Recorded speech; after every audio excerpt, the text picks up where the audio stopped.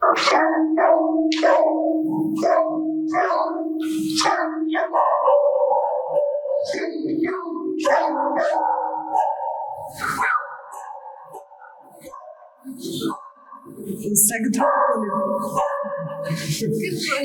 drugi ponedeljek označujemo teritorij.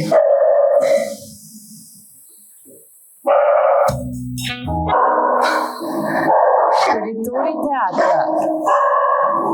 Hamlet, Ofelija, takoj sem.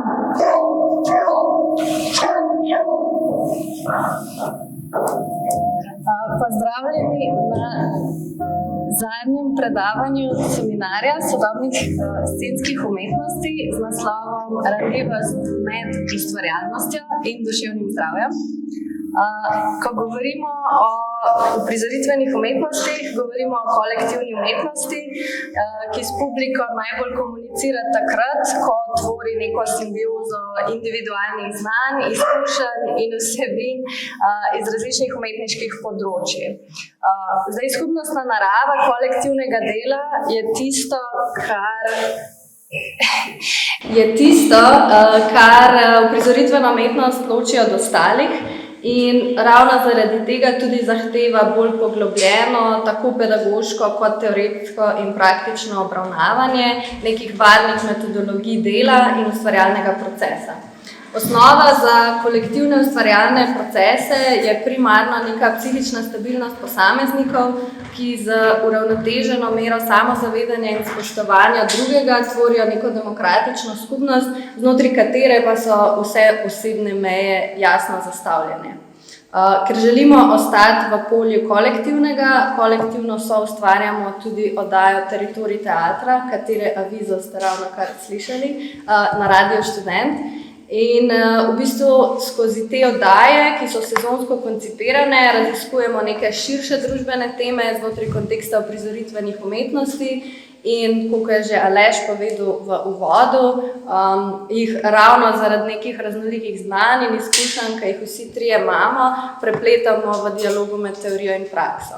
Zdaj, v spomladanskih mesecih letošnjega leta smo se nekako odločili raziskovati tiste teme, ki so rezultat bodisi neupoštevanja, bodisi zlorabe te neke kolektivnosti, s čimer producirajo raznovrstne duševne motnje in psihične nestabilnosti.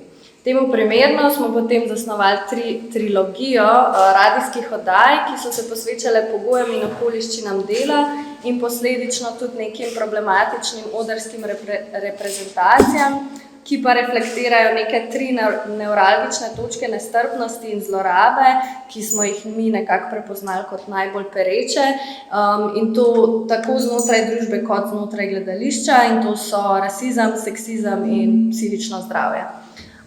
Zaradi duha časa in nekih problematičnih psiholoških in ekonomskih razmer trenutno se nam je nekako zdelo, da je bistvenega pomena premišljevanja predvsem o porastu duševnih bolezni, in zato smo originalno oddajo poglobili in razširili tako v članek, ki bo objavljen v naslednji maski, kot v to pričajoče predavanje, ki smo ga pa na povabilo Maske in Aleša Mendiževca navezali na Fischerjev kapitalistični realizem.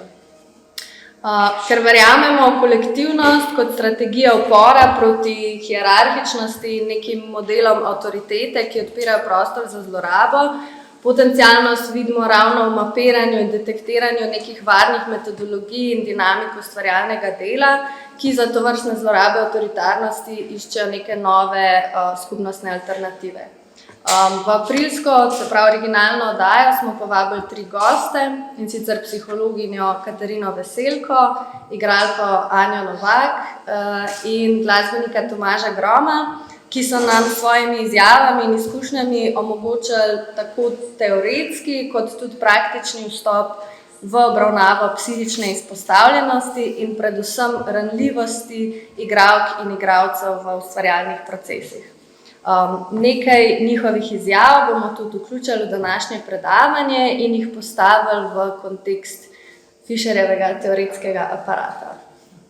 Čeprav Fisher ni bil prvi, ki bi skoval izraz kapitalistični realizem, kot ugotavlja on, se je uporabljal že v 60. letih prejšnjega stoletja, je pa prav on tisti, ki je temu konceptu podelil nek nov, ekspanzivnejši pomen. In če se izraz prvotno parodično navezoval na socialni realizem, gre pri Fisherju za nekaj splošnejšega, gre za neko atmosfero, ki jo pripisuje času neoliberalne ekonomske ureditve zdaj. Knjigo z naslovom Kapitalistični realizem, pa tudi druge Fisherjeve zapise, lahko zato razumemo kot nek celovit in intenziven prikaz atmosfere, v kateri trenutno živimo. Enega od takšnih prikazov podaja skozi problematiziranje porasta duševnih stisk in težav. Njegovo vračanje k tej temi, k vprašanju duševnega zdravja, je sicer tudi osebno pogojeno, se je z občasnimi prekinitvami za depresijo trpel od najstništva, ampak resnost problema je potrjena tudi s številnimi raziskavami in statističnimi podatki, ki kažejo na to, da ima Fisher prav, ko govori o kugi duševnega zdravja. In tudi, če vsekakor drži, da je naš čas močno zaznamovan z izjemnim porastom depresiji, anksioznosti pa drugih oblik duševne ranljivosti, še posebej med mladimi, ne gre samo za to, da bi bil porast duševnih stisk ena od značilnosti kapitalističnega realizma. Gre tudi, ali pa še posebej za to, da so ta občutja njegova posledica, neka konsekvenca časa, v katerem živimo. Kuga duševnega zdravja torej ne določa le atmosfere današnjega časa, ampak je tudi njegova posledica. Duševno zdravje je za Fisherja namreč nek paradigmatski primer načina delovanja kapitalističnega realizma. Je njegova akutna točka, ki kaže na neke antagonizme, v katere je kapitalistični realizem ujet, na njegove nezadostnosti, nevzdržnosti in disfunkcionalnosti. Prav kot tako pa je vprašanje nadvse dragoceno, ker se neoliberalizem vzpostavlja kot dejstvo, ne pa kot vrednota, kot nekaj neizogibnega, absolutno nujnega in potrebnega, in zdi se kot nekaj, česar ni mogoče odpraviti, ker daje vtis naravnega reda, ki, kot je nekoč slavno dejala Margaret Thatcher, nima alternative. Problematika duševnega zdravja zato ponuja nek možen vstop po to površje, ker razširjenost duševnih motenj kaže, da kapitalistični družbeni sistem ni idealen. Vprašanje teh stisk je zato priložnost, da v kapitalističnem realizmu prepoznamo te številne antagonizme in da v tistem, kar se kaže kot povsem naravno in očitno, samoumevno, prepoznamo nezadostno in disfunkcionalno. Hkrati pa so te afektivne motnje, kot piše Fisher, tudi oblike ujetega nezadovoljstva in jeze, ki bi jih lahko politična levica učinkovito izkoristila, namreč tako, da bi jih usmerila navzven proti njegovemu resničnemu vzroku kapitalu. Skratka, premislek o porastu duševnih stisk se kaže kot politična priložnost, vendar pa je zato najprej nujno treba zavreči ustaljen in seveda ideološko pogojen pristop k tej problematiki. Zanje je značilna tako imenovana privatizacija stresa, kot to imenuje Fisher, kar razumemo na dva načina. Težave z duševnim zdravjem se praviloma obravnava kot individualni problem, se pravi kot problem posameznika, kar pomeni, da se jih po eni strani razume kot neke individualne kemijsko-biološke procese, ki potekajo v posamezniku, kot neko njegovo možgansko kemijo, skratka kot nekaj, kar itak samo v njegovi glavi. Po drugi strani pa se posameznika s tem problemom pusti samega, on sam mora poskrbeti zase s svojimi lastnimi sredstvi. Ocenjujemo, da ta pristop vodita vsaj dva interesa. Prvi je bolj ekonomske ali tržne narave.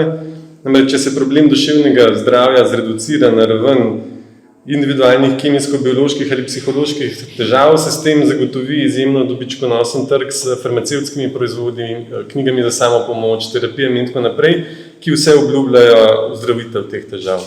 Oziroma, kot na nekem mestu zelo slikovito o tem piše Mark Fisher, citiram: "Kapital povzroči, da delavci zbolijo, nato pa jim multinacionalna farmacevtska podjetja prodajo zdravila, da bi jim bilo bolje." Konec citata. Drugi interes je bolj strukturne oziroma ideološke narave. Če posameznik vzrok za duševne stiske išče v sebi, ne pa v sistemu, sprav družbi, svetu in tako naprej, potem svet še naprej ostaja takšen, kakršen je. Spremeniti se mora samo posameznik in to najredko popolnoma v skladu z nekimi prevladujočimi, dominantnimi ideološkimi vzorci in vlogami. Oziroma še en citat Fisherja: "Jasno je, da je lažje predpisati zdravilo, kot pa celovito spremeniti način, na katerega je družba organizirana." Zdaj, na kakšen način kapitalistični realizem zasleduje ta dva interesa, je mogoče najlažje pokazati na primeru vse prežemajoče ideologije pozitivnega razmišljanja, ki od svojih subjektov zahteva nenehno stanje dobrovoljnosti, večno nasmejanih obrazov, osebnostne izpolnitve, sreče, jemanja vsega negativnega za pozitivno izkušnjo in tako naprej. Skratka, sreča postaja, kot na nekem mestu piše Alenka Zupančič, moreča dolžnost, družbeno in družabno breme. Noben si pravzaprav ne upa pisati, da ni več srečen, ali pa da se enostavno v svojem življenju na smrt dolgočasi, ali pa da se mu vsak dan ne zgodi nekaj strašansko zanimivega. Skratka, retorika sreče postane idealen način, kako preči ljudi v svoj pogon, kjer je vsako nezadovoljstvo v hipu odpravljeno in zamenjeno za stanje absolutne in popolne sreče in zadovoljstva. Temu pojavu Zupančič pravi fenomen biomorale. Morale zato, ker neposredno počutje osebe povezuje z njegovo moralno vrednostjo, v smislu, dober človek je lahko samo tisti, ki se dobro počuti, tisti, ki se počuti slabo, pa je slab človek. In to je potem osnova neke nove rasizacije oziroma segregacije ljudi na dobro in slabo raso, in da bi na tem vagonu dobrih ljudi ostali tudi mi, smo potem prisiljeni ves čas ustrajati v tej igri nasmejanih obrazov, dobre volje, pozitivnega razmišljanja in tako naprej. Ne samo torej, da pač ta ideologija sreče kot svojo hrbtnost plat proizvaja razširjanje občutja nesreče, depresije, anksioznosti, duševnih stisk in tako naprej. Gre tudi za to, da vzrokov za slabo počutje sploh ne naslavljamo, se stres po eni strani zakrivamo za dobrovoljnostjo, po drugi strani se pa preprečujemo, da lahko itak še tako negativno izkušnjo ali pa situacijo pretvorimo oziroma predelamo v nekaj pozitivnega. Skratka, nezadovoljstvo in jezo ne izkoristimo za to, da bi spremenili vzrok, ki jo povzroča, ampak jih na vso silo in z vso silo predelamo v dobro voljo in zadovoljstvo, kar nas seveda pasivizira, vzrok pa se s tem ohranja. Hkrati pa govori Alenka Zupančič o biomorali, skratka sreča in uspeh se danes razume tudi kot biološki kategoriji, kar pomeni, da so ljudje srečni oziroma uspešni na ravni svojega golega življenja, svoje neke naravne biološke biti. Sreča ali uspeh postane ta neposredni izraz človekove biti. Izenačena sta z določenimi načini življenja, življenjskih navad ali stilov. To se mogoče najbolj izrazito kaže v tej figuri tako imenovanih spletnih vplivnežev oziroma influencerjev. Gre za paradigmatski primer javnih osebnosti, za katere nihče ne ve, kaj delajo, kaj počnejo, kaj je njihovo delo, zakaj ne bili sploh uspešni ali pa vplivni. Vemo pa vsi v njihovih načinih življenja, osebnih navadah, kako se počutijo, kaj radi jejo, v čem uživajo in tako naprej. In prav to je merilo, v katerem se meri uspeh. Gre torej za nek strukturni premik naraven vsakdanjega življenja, pri čemer sam način življenja postane neka ultimativna razlaga in temelj naše sreče in uspehov. In iz tega potem sledi, da moramo, če želimo postati srečni, delati na sebi, na svoji poškodovani biti in ne na družbenih razlogih, ki povzročajo našo stisko. V tem je paziti trend masivne depolitizacije, ker se pač različne, bolj manj banalne, nepomembne, trivialne podrobnosti iz zasebnih življenj nadomeščajo družbene teme, vendar pri tem ne gre za apolitičnost, gre za zelo politični in ideološki premik. In to na primeru duševnega zdravja zasleduje tudi Mark Fisher, ko ugotavlja, da bi morali privatizacijo duševnih stisk in stresa nadomestiti z politizacijo.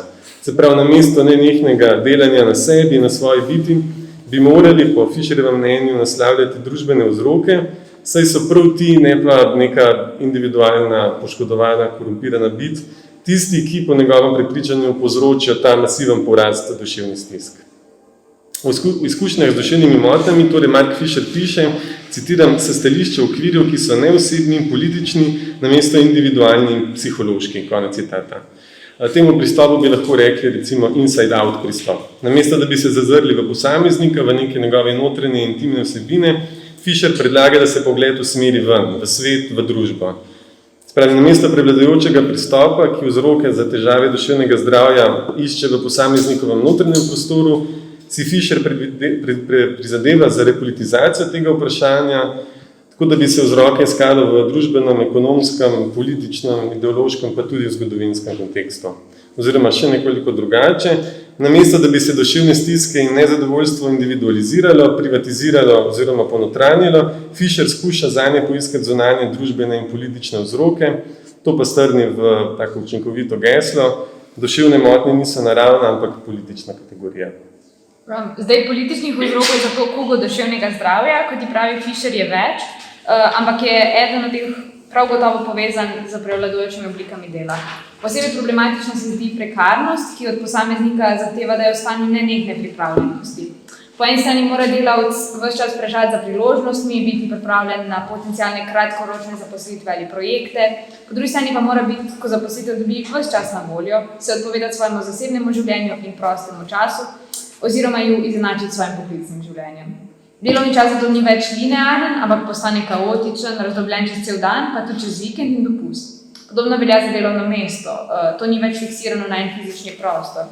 Danes je namreč v veliki meri locirano v nekem kibernetskem prostoru, kar pomeni, da je pisarna recimo na osebnem računalniku ali pa na telefonu, odkoder lahko delavec ves čas dostopa do dela in se tudi ves čas na voljo.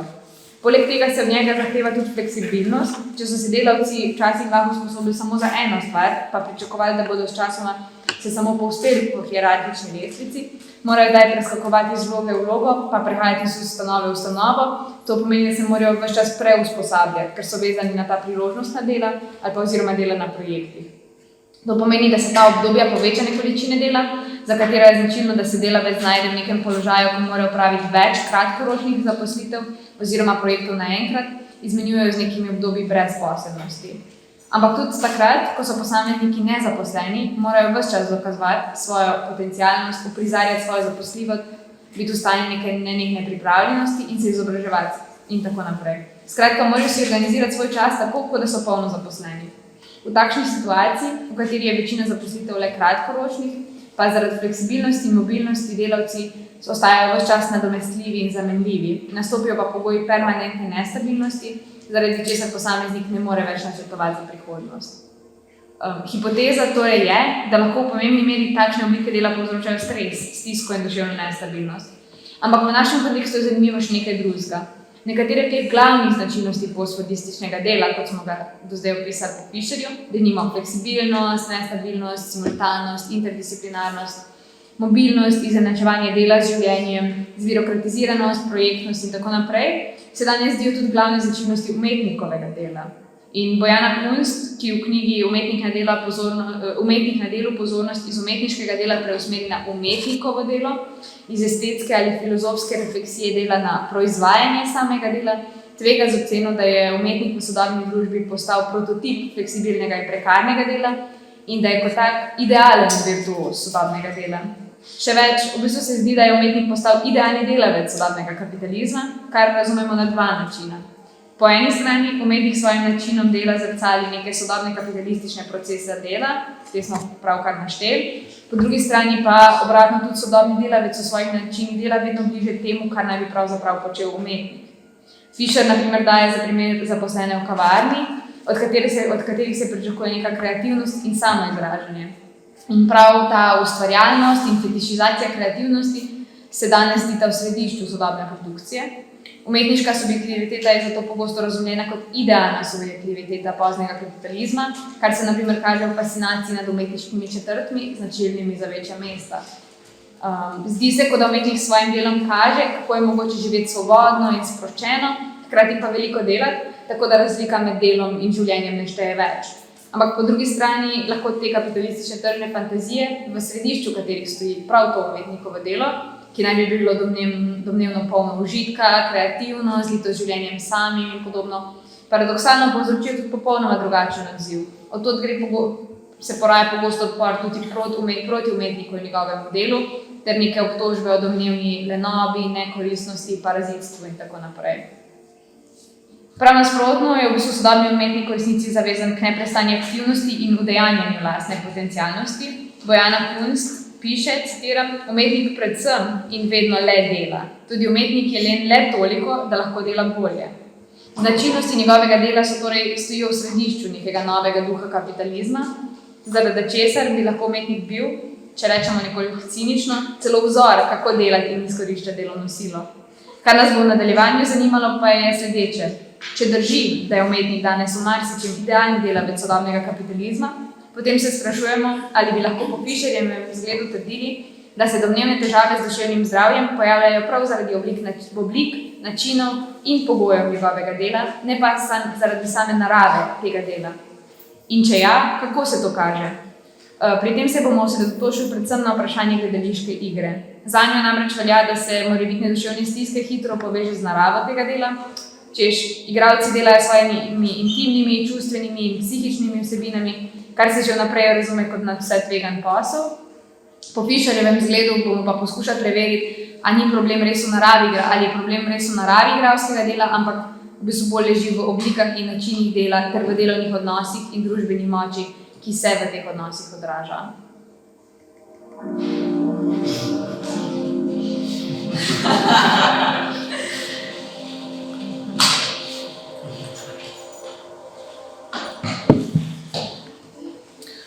Igralski poklic, predvsem klasičnejše razumevanje igre, temelji na neki premisi zunanjega utelešanja notranjih stanj, ki naj bi spodbudilo tudi gledalčevo uživljanje, saj je predstavljanje v skladu z njegovo zaznavo.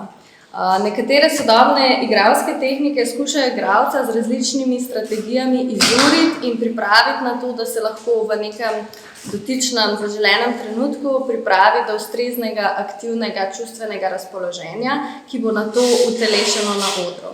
Igralski poklic tako sloni na kontinuiranem in pogosto repetitivnem vstopanju v paleto psihičnih stanj, aktivna narava razpoloženja pa zahteva preseganje golih fizičnih akcij, ki bi bile znak za neko počutje. Nasprotno, podoživljanje intenzitete čustvenega razpoloženja pri nekaterih igralskih metodah za osnovni delovni material in nenazadnje tudi sam prostor dela jemlje človeško psiho, inherentni del človekovega vsakodnevnega bivanja. Igralstvo je tako na nek način lahko oblika dela, kjer sta delovni material in delovni postopek neločljiva od vsakdanjega življenja, saj od igralk in igralcev pričakuje uporabo istega organa, ki oblikuje tudi njihovo vsakdanje življenje. Sistemi igre, po katerih delujejo igralci in igralke, med katerimi so predvsem najbolj znane metode Stanislavskega in Čehova, se razlikujejo v naboru postopkov in usmeritev. Ampak v večini je skupno vzpostavljanje povezave med lastnim notranjim svetom človeka in njegovo eventualno reprezentacijo na odru. Ker je baza sistematičnih pristopov k igranju osebna intima in intimnost igralca ali igralke, igralka Anja Novak, ki je tudi z nami, poudari nevarnost mešanja med privatnim in profesionalnim odnosom do čustev. Fiktivnost in resničnost sta v tem primeru težje ločljivi, saj operiranje z občutji ob odsotnosti mehanizmov lahko vodi v pretakanje odrskega v intimno življenje. Pri tem za uprizoritev priklicani občutki pogosto segajo v kompleksno polje frustracij, žalosti, jeze in vseh drugih negativnih čustev, kar naredi brisanje meje med intimnim in odrskim nevarno za igralčevo ali igralkino duševno stanje. Zdaj bomo pa poslušali izjavo Anje Novak. Stanislavski Čehov Strasberg vsi zelo analitično, sistematično ukvarjajo s čustvi, kako da jih brit, kako jih uporabljajo v ustvarjalne namene in tudi v resnici kako spostavljajo razmerje oziroma razlikovanje med tem, kaj so zdaj moja privatna čustva in kaj so čustva, ki jih produciram za namene ustvarjanja gledališke igre. Ker je zelo nevarno, da se to dvoje začne mešati. Zelo dober občutek je, ko ti začneš pač odkrivati te sisteme in ugotavljati, da obstajajo orodja, kako ti do nečesa lahko prideš, neki postopki, s katerimi lahko vsakič, recimo v določenem prizoru, prideš do določenega stanja, oziroma da postaneš zelo senzibilen inštrument samemu sebi, da prisluhneš, kaj se te dogaja, kako recimo upravljaš čustvi, kako na nek način to postane svoj playground. Je zelo svobojoče, da ta čustva začnejo prihajati, je pa izredno nevarno, če se ti ne zavedaš, da moraš potem s temi čustvi tudi nek odnos vzpostaviti.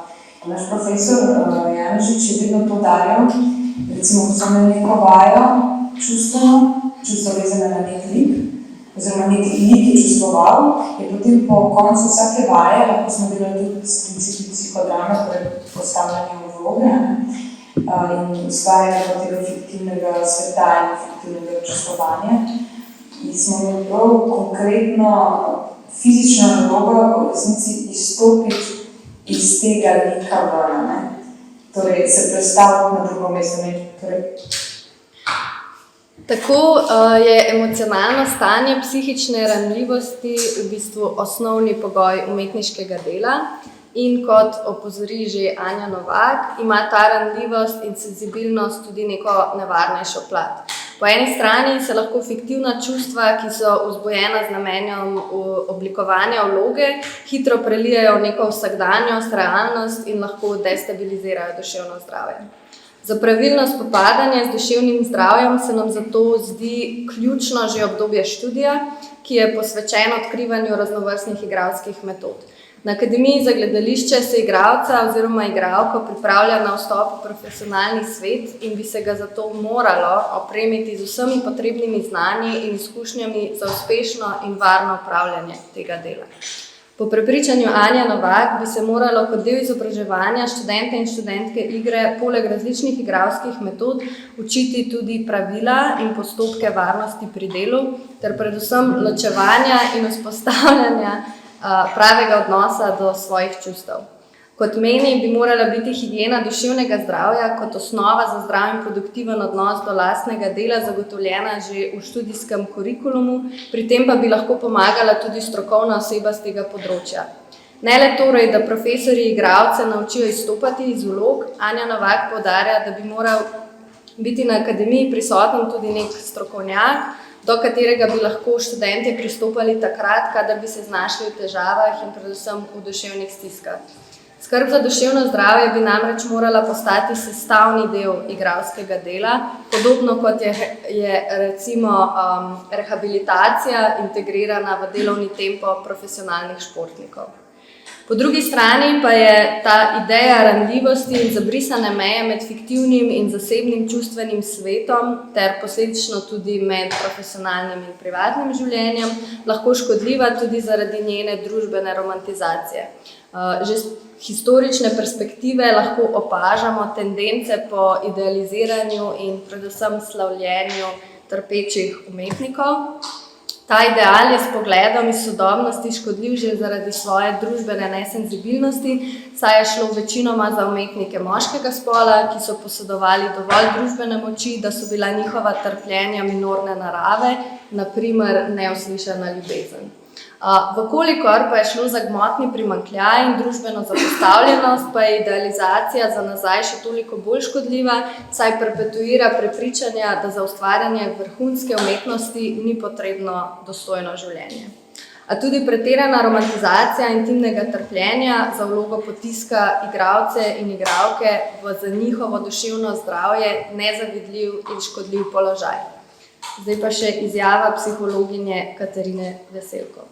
Psihologija in igre se šli z roko v roko je zelo velik del zgodovine. Teorije igre naslanja na psihološke znanje in znanje tistega časa in nekaj izhaja iz tega, kar se je takrat zrelo o psihologiji in o tem, kako človek doživlja, čustvuje in tako naprej. To je šlo vzporedno vse do Stanislavskega, se pravi do tem, ker je Stanislavski kot sodobnik Pavlova in behavioristov, ki so takrat naredili celo revolucijo v psihologiji, potem se pa ta komunikacija med igro in psihologijo nekaj. Kar pomeni, da teorija igre po Stanislavsku je utemeljena na prepričanju, da je človek, oziroma človeški človeška psiha, nekak black box, črna škatla, in mi ne vemo, kaj se človeško dogaja. In vse, kar je resnično, vse, kar se zares dogaja, je odnos med dražljajem in reakcijo. V igri je ta reakcija običajno neko čustvo, ki se pač igraš v neko vedenje. Zdaj se pa ukvarjamo s tem, kaj bo ta dražljaj, ki bo sprožil železnost. In tukaj pride po mojem problema in prostora za zlorabo. Ker če mi želimo izvati intenzivna neprijetna čustva, ki jih recimo neka vloga zahteva, potem moramo zato najti neke dražljaje. Ti dražljaji so pogosto v treningu, pa tudi v tem učenju igre na akademiji in tudi potem v postopku režije, so običajno vezani na to, da ali je to neka lastna travma, v kateri se moram jaz zdaj potopiti in je tako naredena za moje doživljanje, ali pa po tudi strani neka trenutna provokacija, temu naj rečejo, pogosto že meji mogoče na nasilje ali pa zlorabo, ki v trenutku samem sproži to neprijetno. In tukaj se mi zdi, da je v bistvu se tukaj prikriva ta nevarnost in hkrati se v tem tudi prikriva zelo. Namreč to, da je igralca treba traumatizirati, zlomiti, postaviti na neka, vzeti slabo z nogami, to, da potem lahko doživi vse te nekretne emocije, da jih lahko igra, to je nič. Torej, kot je omenila Katarina, tu se skriva srž problema ranljivosti, integralni del igralskega poklica. Igralec ob svojem delu ostaja ranljiv, da lahko izstopi ali prestopi v druga čustvena stanja in jih potem na odru prepričljivo poustvari. Hkrati pa je prav zaradi ranljivosti dovzetnejši za potencialne zlorabe, ne le zaradi labilnega čustvovanja, ampak tudi zato, ker morda deluje v prepričanju, da je njegovo ali njeno trpljenje ključno za formiranje dobre vloge.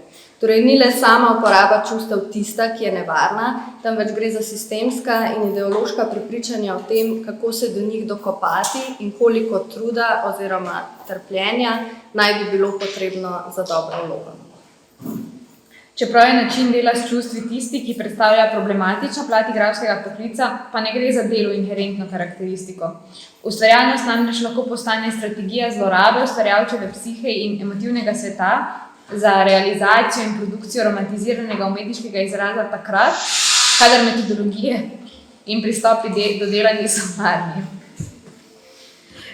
Vse to je posledica neke stigmatizacije psihičnih stisk in duševnih motenj, ki se jih ne obravnava z enako mero resnosti in strokovnosti, kot recimo fizične poškodbe in bolezni, ki jih lažje detektiramo in ki so odvojene od posameznikove psihološke krajine. Temu pritrjuje tudi psihologinja Katarina Veselko. To, kar se pogosto zgodi in kar se sledi v študijah, ki so sicer zelo stalno zgodi, je to, da se v bistvu igralca ne pripravi na to in da tudi gledališča nimajo nekih urejenih sistemov podpore, zato da bi igralci imeli priprave strategije. In to, kar se potem pogosto zgodi, je, da so pa socialno sprejemljivi ali pričakovani nefunkcionalni način potrebe. Zelo veliko, recimo, alkoholizem, pa tudi v tujini, ko raziskave se ljudje pravijo, če to nek pričakovan način podejemanja s temi obremenicami je alkohol, pa neke psihoaktivne substance, pa tudi dosti pričakovano je, recimo, da zdaj to dekompenzira, dekompenzacija pomeni razpad, da psihični zlom, ali pa disociacija oziroma neka taka zamrznitev krč. Ta zamrznitev pa spet pripelje do tega, oziroma vsi te odzivi na travmo, pa pripeljejo na koncu do tega, da oseba ne more biti ranljiva, ne more v varnem okolju raziskovati svoje ranljivosti, kar se pravzaprav zavira v realni proces, namesto da bi ga pravi tam nic spodbujalo. Poleg tega se nekatere težave duševnega zdravja, kot sta recimo alkoholizem, kar je omenila Katarina, ali pa različne odvisnosti, jemlje kot povsem samoumevne in se jih ne problematizira dovolj.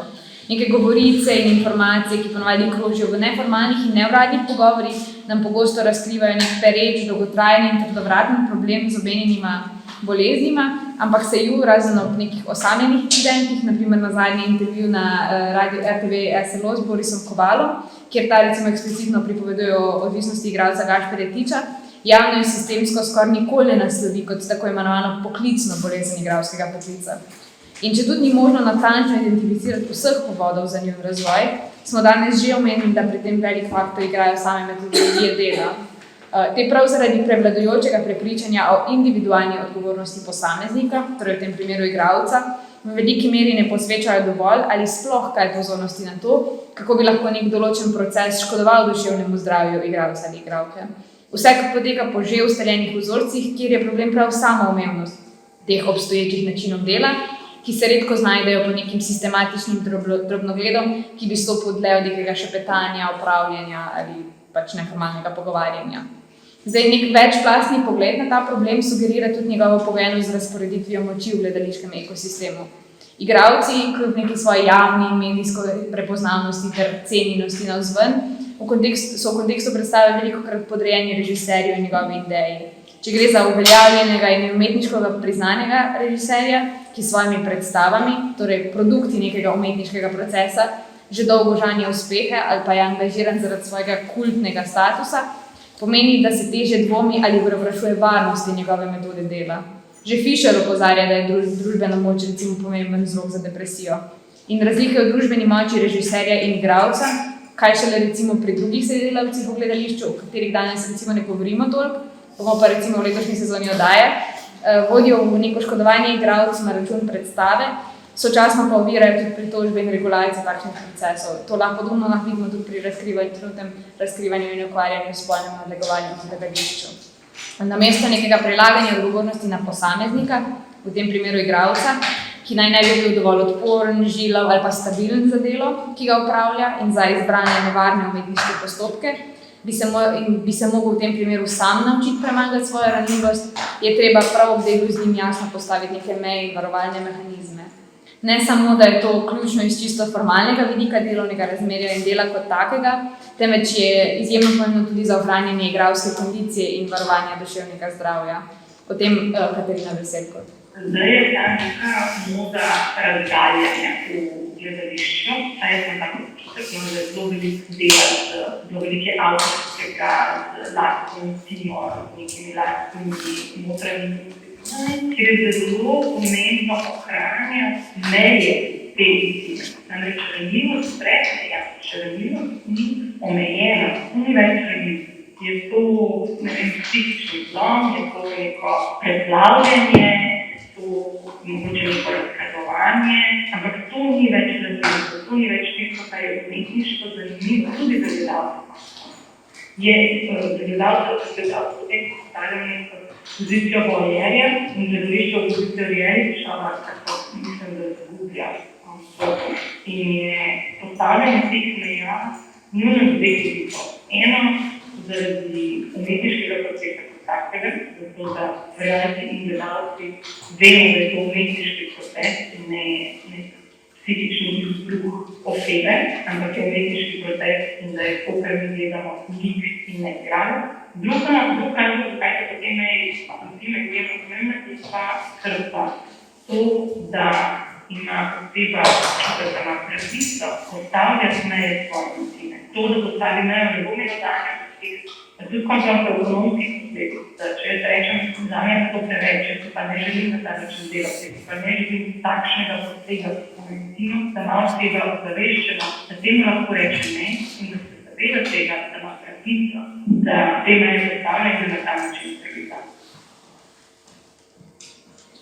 Hkrati to postavljanje mej in zagotavljanje varnega dela z lastno ranljivostjo vsaj delno igralca ali igralko ne tretira več kot le enega izmed členov delovnega procesa in gledališkega ekosistema, ki je hitro in lahko zamenljiv, prav tako pa so nadomestljiva tudi neka njegova znanja.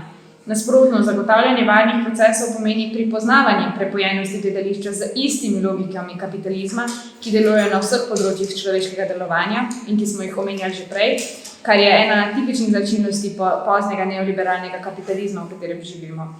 Gre za zavedano, torej postavljanje teh mej in varoval, predstavlja neko zavedano kontriranje uničevanju in zamenjevanju, vse za voljo hiperprodukcije, kjer je ustvarjalčeva naloga le to, da proizvaja.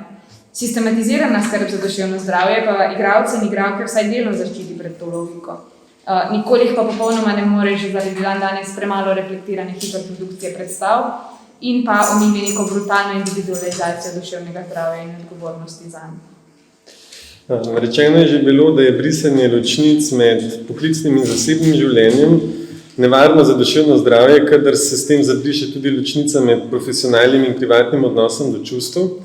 Vendar pa je ta izginjajoča ločnica med življenjem in delom, ki jo je veliko umetnikov v 20. stoletju postavilo v središče svojih emancipatornih tendenc, problematična tudi zato, ker se danes zdi, da stoji v samem središču kapitalističnih procesov izkoriščanja življenja.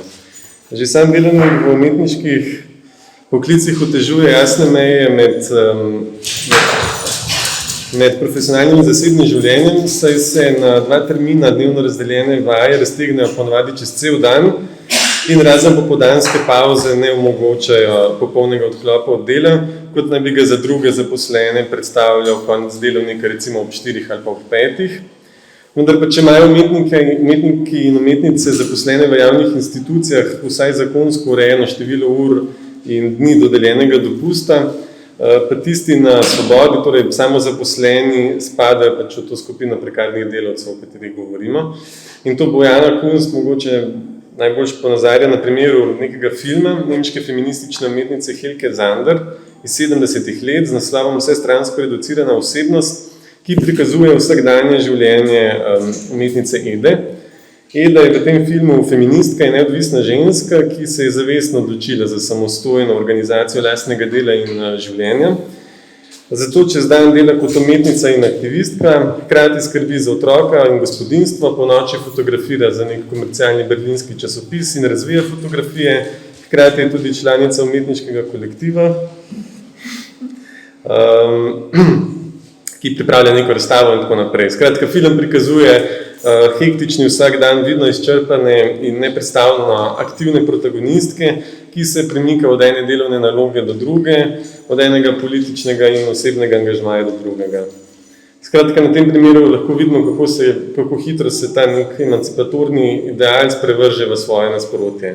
Ta Edina domnevna politična, feministična in kulturna samozadostnost in neodvisnost se uničujoče zajeda vanjo in v njeno življenje, ter jo postavlja v središče kapitalističnega izkoriščanja. Na tem primeru vidimo, da gre v bistvu za nek simptomatični primer tega, kako je v bistvu umetniško delo podrejeno nujnosti dela, zaradi česar v bistvu te neke delitve med življenjem in delom ni več. Vse umetnikove dejavnosti so združene v en sam vseobsegajoči tok. Fizična utrujenost, pa tudi afektivna oziroma emocionalna izčrpanost sta samo nujni posledici tega stanja.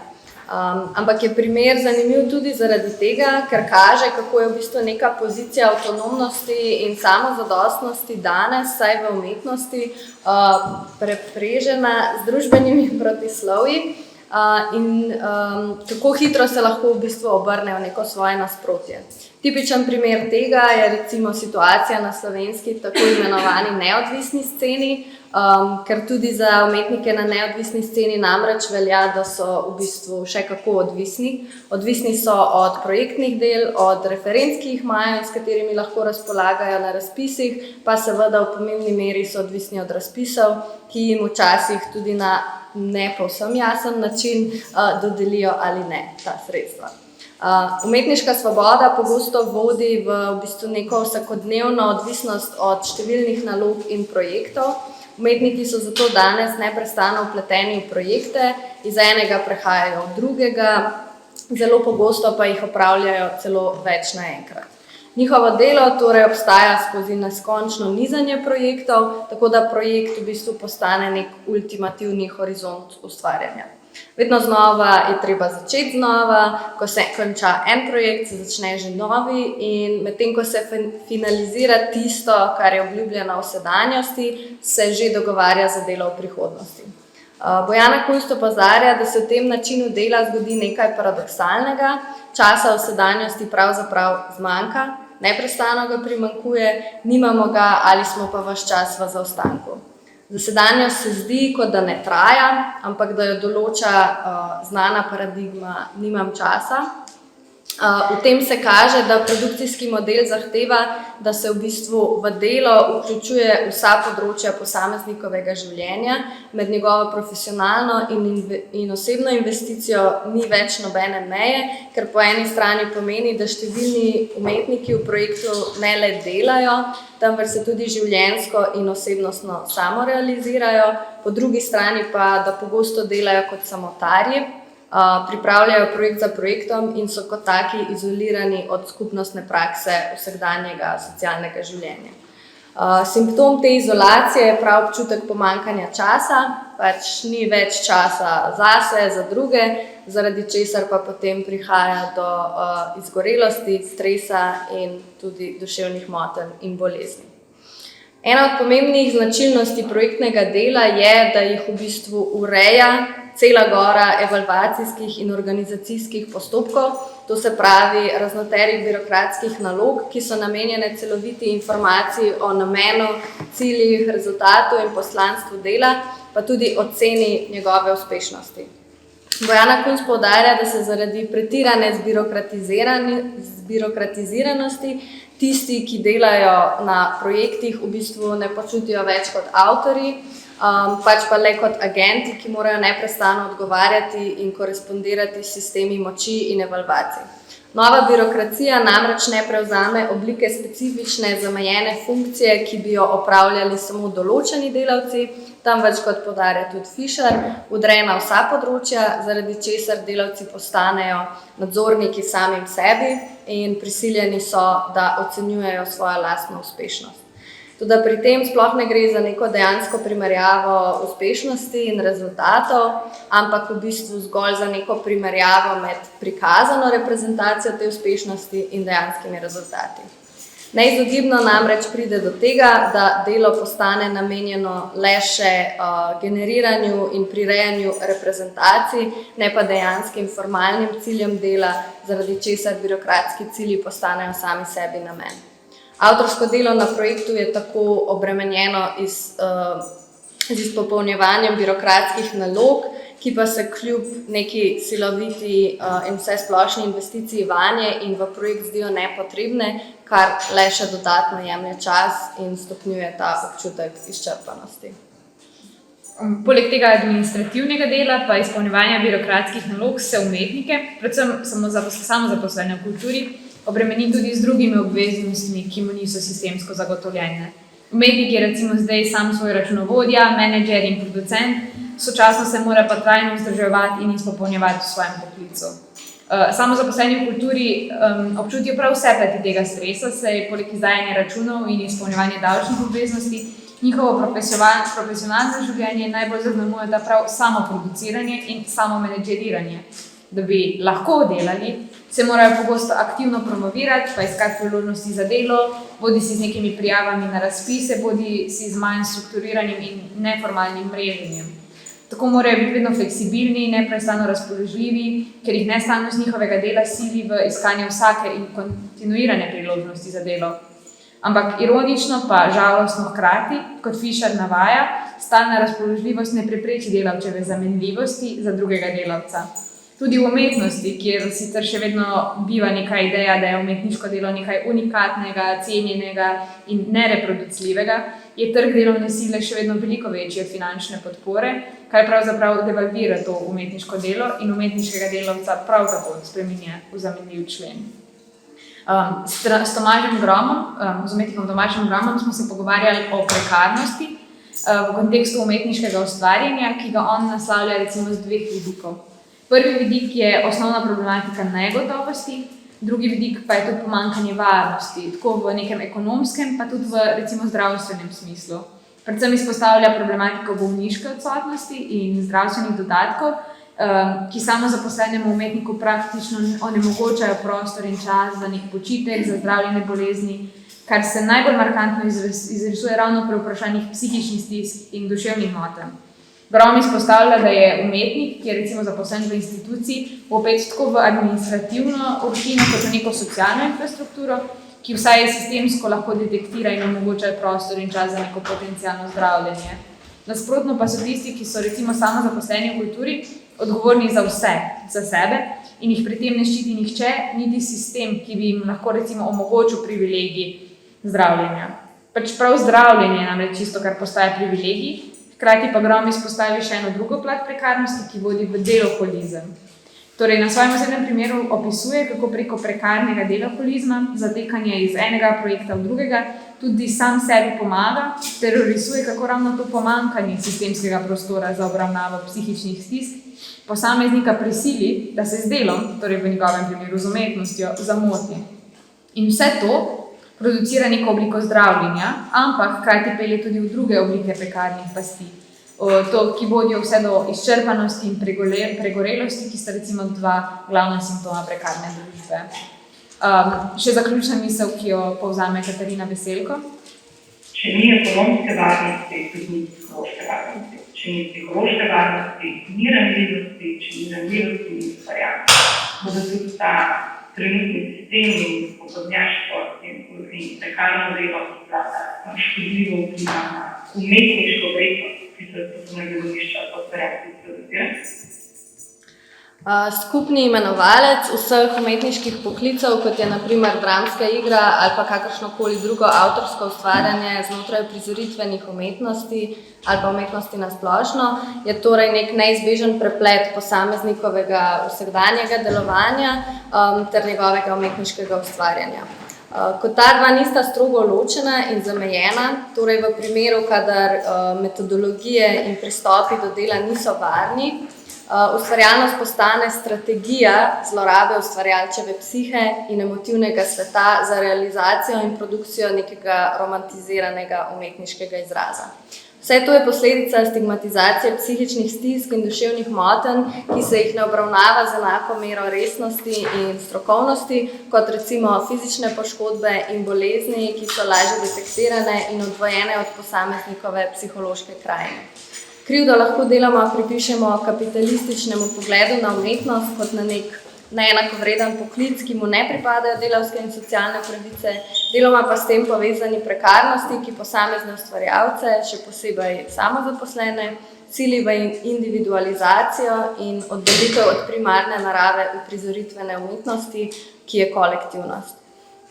Kolektivnost mi kot kolektiv vidimo kot strategijo, ki skozi solidarnost in empatijo na neki psihološki ravni lahko vodi do odpravljanja tovrstne sistemske in družbene napake, to pa prenaša tudi na raven dela in delovnih pogojev.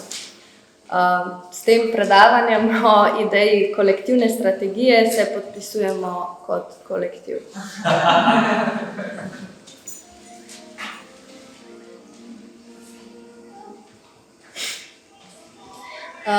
Predavanje smo pripravili Varja Hrvatin, Maša Rabi Buh in Jakub Ribič.